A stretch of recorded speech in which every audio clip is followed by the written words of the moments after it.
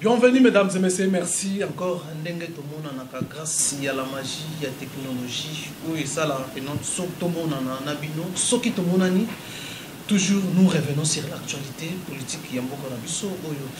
Le lot tombé dans ma solo Italie, Félix Tshisekedi oyo aza élu président, il y a IDPS après 8 ans, il y a congrès 2010, 2008.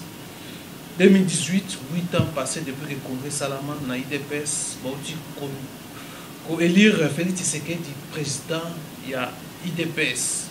Alors, Tourbe Tamasolo aussi concernant la résolution 2409 il y a Conseil de sécurité des Nations Unies, Oyo Azwaki, par rapport à la situation, il y a Mboka Nabiso Ndenge et Zako Kede. Le porte-parole, il y a Union des Républicains, Parti Cher, il y a Norbert Bieye, Paulin Mumba. Sans plus tarder, Mbote Mwana Mboka, Paulin Mumba. Mbote Ndekosman. Oui, alors, tu as dit ma solitaire actualité, il y a Mboka la Bissot, et puis, semaine, il y a les 30, les 31, tout ça là, qui toujours, tout le monde prend l'information, ça qui braque dans l'idée, parce que le nouveau président, il y a IDPS, pour la Nègre 90% Félix Tshisekedi a remporté victoire par rapport à candidat sur IDPS, bien qu'il y ait des désistaki. Félix Tshisekedi 90% élu président IDPS. Et pas Sangwana, merci beaucoup Ndeko Ousmane na mutuna utuna. Et na niveau ya parti Nabiso Union des Républicains UR en sigle, parti Ndenge Utukoloba Izali dirigé na Mwana Mboka Norbert Luyeye en détention illégale à Makala depuis le 7 août 2016. Tous a surpris na ba résultat oyo wana pe tous a surpris na congrès wana Ndenge et Salemaki nakanisi avant même l'enlèvement et la détention illégale de monsieur Norbert Luyeye nakanisi to salaki déclaration moko alobelaki déjà biloko oyo wana ezalaki déjà prévisible que après la mort de Sphinx, paix à son âme, que ezali ndeko Félix Mutu ako remplacer ye ba oyo bazana misu ya politique té bango nde bakoyiko kamwa na ndenge élection na bango esalema kito congrès na bango euti ko salema na biso batu tolataka ba lunette ya politique toyebi été eloko wana eyebana kinango depuis le vivant ya Nkumu Etienne Tshisekedi paix à son âme. Ndenge élection na bango et Salemaki, oui c'est bien. Bazui président Yassika officiellement il y a parti babenge UDPS. Mais moi regret mouké parce que ba élection na et Salemi na contexte nini na contexte il y a ba suspension et des suspensions il y a batu oyo bakoyi ko faire face na poste oyo wana point de besoin ko énumérer ba komona bango nyonso nakanisi bazalaki suspendu ezalaki na cause oyo wana pour que ndeko na biso Félix Silombo akoka ko briquer poste ya présidence na niveau ya selon alors il fallait pas procéder na ko suspendre bato est-ce que ba suspendre volontairement ou par rapport à acte ba pour ça que non il fallait pas suspendre bon nakokota mingi na détail té sinon na kozana parti pris. Mais Nazoloba, en tant qu'acteur politique, en tant que l'un des acteurs de la vie politique Yamboka Nabiso, en tant qu'adversaire politique, en tant qu'ancien de l'IDPS oui, Toyebaka parti wana malam. Mais na ko s'attarder mingi na élection na bangote, na ko revenir na conseil oyo le secrétaire général ya Union des Républicains le mois de février, à Salaki déclaration, à Pesaki, la bande de Konabisu et à IDPS, n'a qu'on rappelé, les téléspectateurs et loko Oyowana. Secrétaire général, il y a Union des Républicains, IR en cycle, Mwanamboka, Jean Louvoilou, à la Kisaki Bango, après la mort de Sphinx, que UDPS est un parti politique modèle de la démocratie Yamboka Nabiso, que UDPS est un parti politique monène, tout Sengi Nabango, Basala uni. Pour atteindre l'objectif oyo bazelaka bango na biso nyos ningi tofandi awa tozelaka un état de droit. Alors na modèle oyo ba élection na bango et salemi na banani et UDPS se trouve émietté aujourd'hui. Na kanisi dans les jours qui viennent tokozonga lisusu awa pour dire que ça la mon commentaire muke na sujet oyo wana, mais pour le moment na félicité ndenge Chilombo Félix a commis président ya UDPS officiellement parce que biso toyebaka yango bandakala officieusement tout ça déjà au courant depuis congrès na bango oyo le kaka à l'époque na 2010 tango tata na bango koko na biso asalaki congrès oyo ya suka a supprimé ka ba poste ebele pona ko propulser mwana na ye. Alors na kanisi tango zoko lakisa musapi na lisu ya moninga combien de misapi ezonga kaipa na yo balobaki awa RDC ezali monarchie te, balobaki awa mboka na biso eza dynastie te, balobaki awa ba parti politique eza ba dynastie te, mais le parti oyo eza censé ya kolakisa modèle lelo batombe na piège wana nakanisi bazara attrapé na tombe na piège wana na ba propos na bango moko ya koloba ete parti politique ezali national mutu nyonso akoyi ko briquer poste oyo wana. Mais je pense qu'avant comme à niveau là, ils ont procédé à supprimer ou à suspendre les témoins gênants. Et on a lobby témoins gênants ok, tout à fait normal parce que ils allaient point de vue il y a un journaliste Mopanzi Sango na il nazali acteur politique na yebi mabombami oyo ezolo bana butu na oyo ezolo bana moyi na yebi sur le plan politique yango na uti ko loba été na dossier oyo wana laisser le temps au temps au kobeng sanga mususu mokolo mususu na ya ko développer uniquement sujet oyo wana. Mais pour le moment si tu as félicité du président IDPS non ndenge elekeli, mais pour le moment na félicité ndenge Chilombo Félix ndeko nangai a commis président officiellement ya voilà mesdames et messieurs, on va directement passer dans l'actualité. Il y a résolution 2409 oyo bino bonda c'est la résolution du Conseil de sécurité des Nations Unies pour Namboka Nabiso, pour un impasse politique, tout ça. Alors, invité par rapport à la résolution, on a la Nations Unies, il y a des résolutions, les amis bienvenus dans l'opposition, mais on a niveau majorité, minimisant, surtout dans le point où est l'application, il y a accord, il y a Saint-Sylvestre, le 31 décembre 2016, le gouvernement, il y a déjà un processus d'application accord Rwanda, les élections bientôt, et c'est ça là, financer les élections, on a évité un commentaire en ligne au ça. Merci beaucoup, Namutuna Yami Balé au Tunangai. En ce qui concerne la résolution 2409, elle est la bienvenue pour le peuple congolais.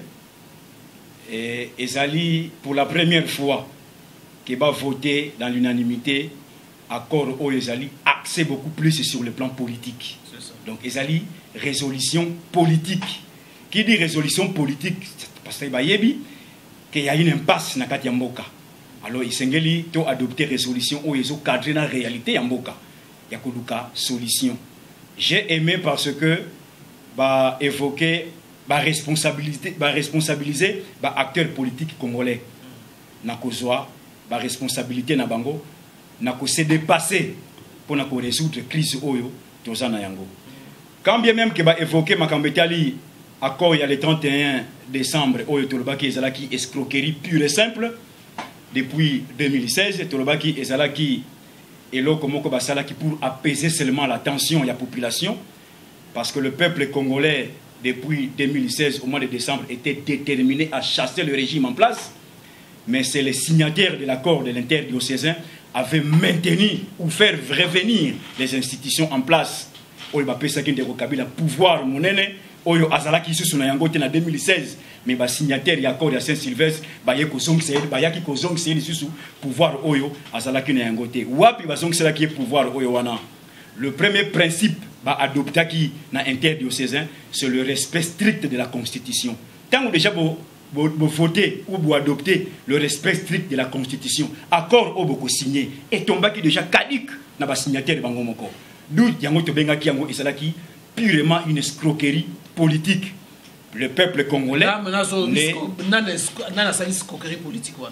escroquerie wana na wuti koloba awa que non les signataires de l'accord de l'interdiocésain bango nyonso sans exception et les évêques j'ai dit sans exception mokolo mosusu na lekaka na ba chaîne de la place na lobaka yango malamu tango ba marche o ebandaki na lobaki bozo bomisa population pour rien ba sango botika démarche o wana soki eza démarche moko bozo sala pona kosenga bolimbisi na peuple congolais na mabe o bosala ki le 31 décembre ya kokende ko fêter na Italie bosundoli population awa et après boye na accord ya Saint-Sylvestre pona ko lekisa kaka glissement oyo babandaki na cité ya Union africaine bino boye ko finaliser yango tolobaki ezalaki haute trahison basalaki mais attends que bana mboka le linge sale se lave toujours en famille tolobaki na bango ke soki ba marche oyo bozo ko sala eza pona ko senga bolimbisi na peuple congolais il est là tout à fait d'accord na bino mais soki eza na ba agenda mususu marche eza na cadre on a des noyons na lobaki ke biso to ko sala yango le société marche pour nous faire respecter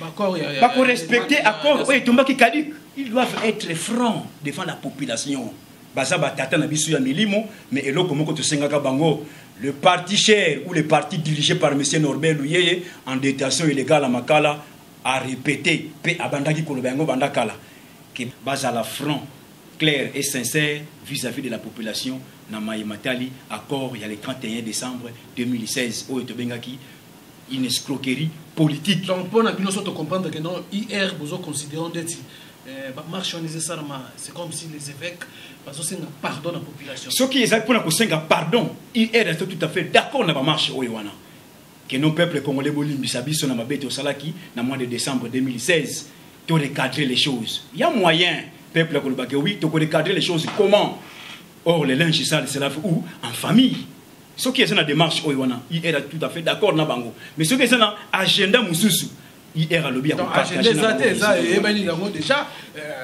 les évêques congolais ont une application intégrale bako appliquer accord ya Saint-Sylvestre comment autant d'autant plus que constitution ils ont comprimé vis-à-vis de cet accord pourquoi appliquer nini et qu'aucun était accord wana pourquoi parce que ils ont privilégié la constitution en lieu et place de l'accord du 31 décembre d'où l'accord du 31 décembre c'est un document privé mais la constitution et ça voté au référendum par le peuple congolais. Mais l'accord est au soutenir. Non.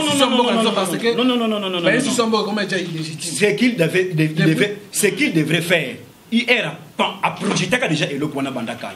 Tolobaki, le coup la toko taki déjà dans le fil juridique dans le mois de décembre 2016. Il fallait suspendre la constitution. Tant qu'on peut suspendre la constitution, ndé toko zonga na table de négociation et na table de négociation ndé toko voter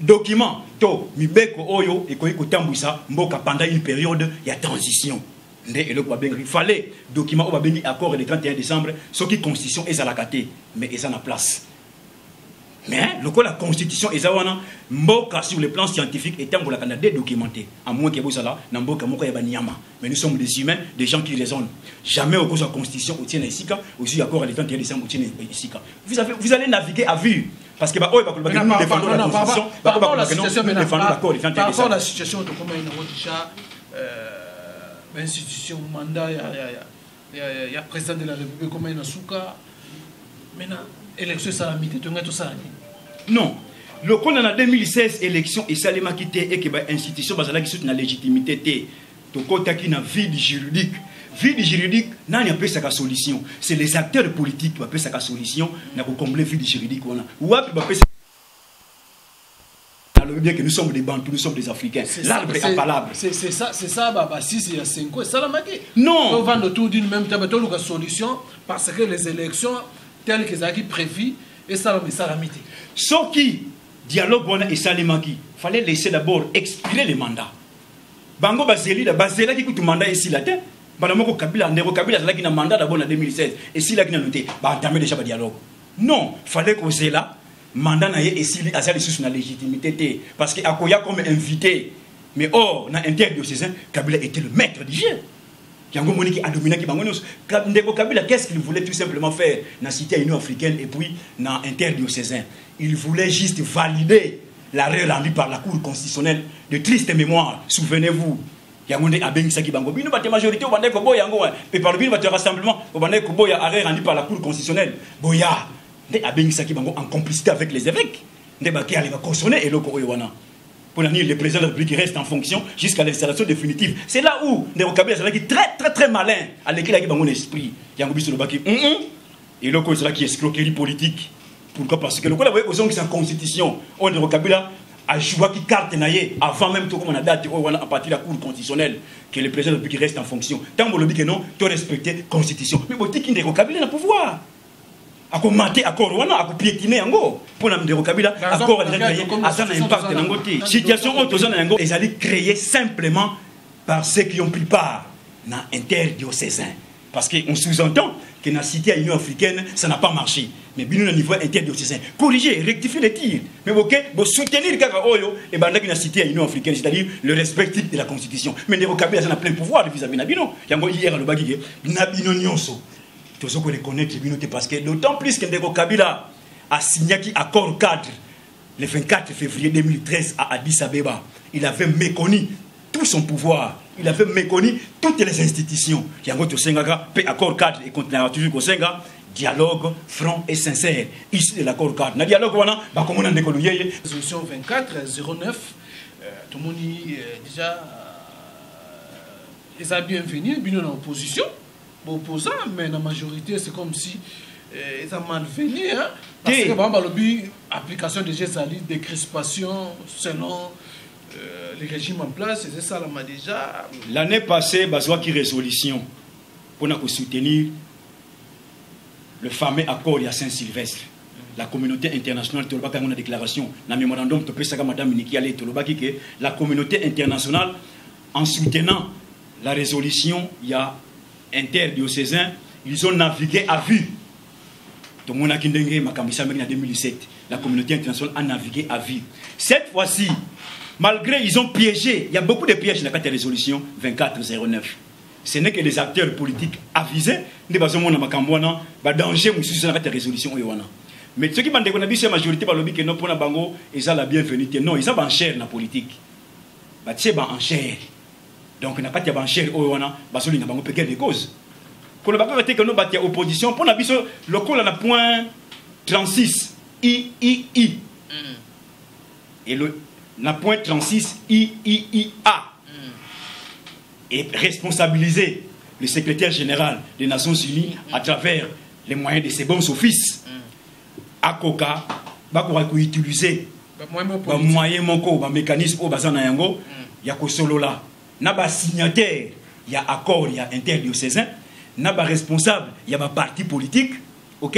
Na société civile pour une solution à l'amiable avant qu'il y ait une élection. Donc là, par là, donc, il faut rejoindre quelqu'un penser, oh, Norbert lui. Il faut dialogue. Il faut dialogue. Sans le dialogue, mes chers amis, mes téléspectateurs, soyez-en sûrs, nous sommes à la case du départ. Et donc, cette fois-ci, les élections pour nous, et l'élection, ça des photos qui n'a dialogue. Processus aussi longtemps que même la résolution, ils ont ça, donc ils ont tenu l'élection cette année. L'élection de lobby Ezala cette année, selon le calendrier Oyoseni à Biblia qui avec 17 contraintes. Sachez-le bien que les contraintes on est qui pas embatté. Ce que moi ni abimisi ba contrainte na kati calendrier oyowana c'est que azana volonté té ya ko sala ndenge bino bozo kanisa parce que le vrai problème comprendre ndenge expliquer wana Nations Unies appuient les élections la fin de l'année 2018 et azo évoquer il faut que le secrétaire des Nations Unies à travers ses bons offices avant de tous les partis tout à fait autour d'une même personne. Tout à fait. C'est passé comment ce qui l'élection salamité ou faut que un homme élection ça mais ça mité opération de Sanini pardon appliquer résolution alignée dans 36 IIA voilà c'est ça non élection lelo oyo nyonso bazoloba ke non tozokende na élection parce que calendrier ebimaka soki calendrier ebimaka te yo monaki yango pona koloba mbali boso pesa mbongo ningo na télévision na 2017 ba pesa mbongo ningo ba pesa mbongo ningo na télévision to la na bilu biso nyonso ke ba uti ko pesa à l'époque tu as dit monter moko élevé par rapport à eux mais l'élection salimaka te oyo pour ça inférieur par rapport à pesa wana élection salim non nous ne sommes pas des petits enfants nakanisi makambetali électionné bazoko chanter yango. Ce sont des chansons. Et ça va chanson le là de faire loi mamaki a du paix à son amatikaka jusqu'à présent. Non, regroupement ce que socialement et ça va calcul politique. Et ça n'a qu'à y avoir enjeu au ezoko ya ça conscient ba yebi ni nango ezoko tramé vouloir ou pas ndenge na lobaki élection écotique la kosa le matin ce qui aucun dialogue franc et sincérité. Dialogue oyo ekosangisa ba protagoniste nyonso ba vanda autour d'une table ba kende na dialogue pour planifier élection ya solo oyo ekosalema na mboka na biso mais na modèle o ndenge bazokende élection ekoyiko salema ata mokolo moko te o nyonso yo salema za banzembo bazokoyemba et d'ici là banzembo wana eko changer parce que moko na bango aza prêt pour na kokende élection avec le conflit o ezoko salema na kati ba parti politique na kanisi bango nyonso baza prêté ezala en matière ya mbongo ezala en matière ya confiance ezala en matière ya makambeza ebele nano ba lever ba mesure o wana te. Ba prisonnier baza na kati ba boloko, ba détenu baza na kati ba boloko, ba exilé nana bazo nyimboka te, ali besoin ba keno tokende élection. Non, besoin ko créer gerbe ya ba conflit lobby oyo. Pour na éviter que to comme na modèle na makambo wana, Union des Républicains a toujours suggéré la voie pacifique. Mettons-nous autour d'une table d'une résolution et outi koloba était le secrétaire général des Nations Unies a une lourde responsabilité. Il y a joué bons offices à travers son envoyé ici en République démocratique du Congo et dans le Grand Lac. Ici, Madame Leila et M. Djenit sont mieux placés pour conduire biso dans le processus politique. Si vous avez lobby Kabila Kosaki, il y a l'Union africaine. Non, on a dialogue avec la concertation. Le lobby Soussou, dans 5 ans, Kabila Kosi, les évêques, dans l'opposition. Bango nyonso. Adjibla ki bango. Azala ki très malin. Assurance signé ça dit quoi na ndengo yo tso loba wa que non, il faut un dialogue. Est-ce que Kabila va respecter cette fois-ci dialogue il y a conseil de sécurité. OK, monsieur le journaliste. Le conseil de sécurité à travers la résolution 2098 tant on va signer un accord cadre d'Addis Abeba va voter qui résolution 2098 a posé déjà la base pour un nouveau dialogue avec la RDC. Étant donné qu'il n'y a aucune institution dans la légitimité, on recommence à zéro.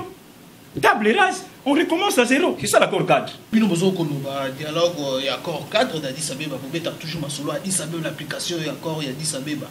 Le lot accord en gros, surtout tout ça le bilan, tout ça là un bilan, application ils allaient rater.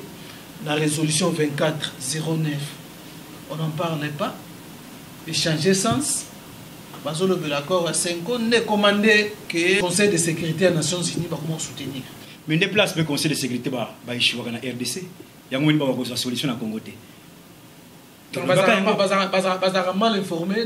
Mal informé dans le sens que la lecture de réalité. Attaque awa mais rapport de presse comme il se doit. Donc ça les salles mamabe. Et ça le makamala muté. Yango to lobi était parce que bango tango bayaka awa mingi bayoka mingi na litoi moko. Bayoka na matoi mibalete yango moni ba ishuaka toujours na Congo. Ebandi lelo te bandaki kala. Tango bango bayaka awa obie ba oyo batindaka awa bakende kopesa bango ba rapport bakanga maka mingi ba o bazana kati ba institution. Ba tenaka compte te ba oyo bazana lobbying. Le gouvernement a ba moyen na ba mais c'est là où ils échouent. Parce que batala mingi ba mbongo ba pesa bango. Non, je ne pense pas. Conseil de sécurité ba échouaka parce que bayoka na lito imoko bayoka mingi ba o bazana kati ba institution. Or na situation toza nango awa lokola ba institution nyonso bazali sur na légitimité té boko yoka la banane faut que yoka la population. Or la population représentée par l'Union des Républicains. Oh de monarchie les effets qui a 5 ans ba dépasser ba kendo sa discours na bon ba 5 implication ba aider la population na tango ba lobi que non tango ba lobaki que ba landa oyo population azokoloba. Mais population à travers l'Union des Républicains azoraka ba oyo population a lobby ndé a transformer un document ndé a commis soit a tindeli bango soit a publié soit na la télévision a lobby.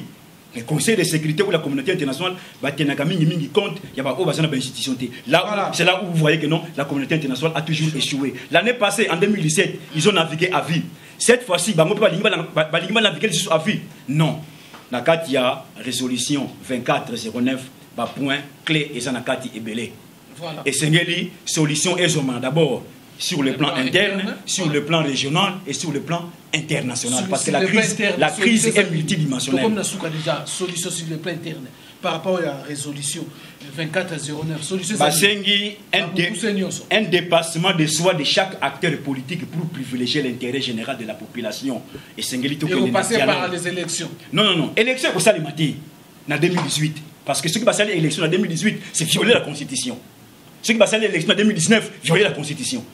En 2017, violer la Constitution. Comment? Yango hier à l'objet. Tu dois respecter le cycle électoral. Tu dois respecter le cycle électoral. 2006, 2011, 2016, 2000. Non. C'est après 4 ans, 5 années d'élection. 4 ans, 5 années d'élection. C'est ça le cycle électoral. 2006, 2011, 2016, 2020, ainsi de suite. Mais tant qu'on va lobby que notre élection en 2018, violation de la Constitution. 2019, violation de la Constitution. Comme on a hier dans Balabala. Quand le bâti que le gouvernement n'a pas Nobel lui a détenu dans Makala illégalement, que hier a gagné mon que hier sur le terrain.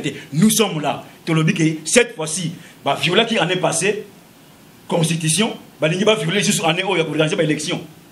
Comme on a population dans Balabala. Cette fois-ci, ce n'est pas que la population va comme balabala n'andenge que no ba évêque va misa bango ba kabula ki 50 ba parti politique 50 hier le baki biso ya côté mais cette fois-ci ba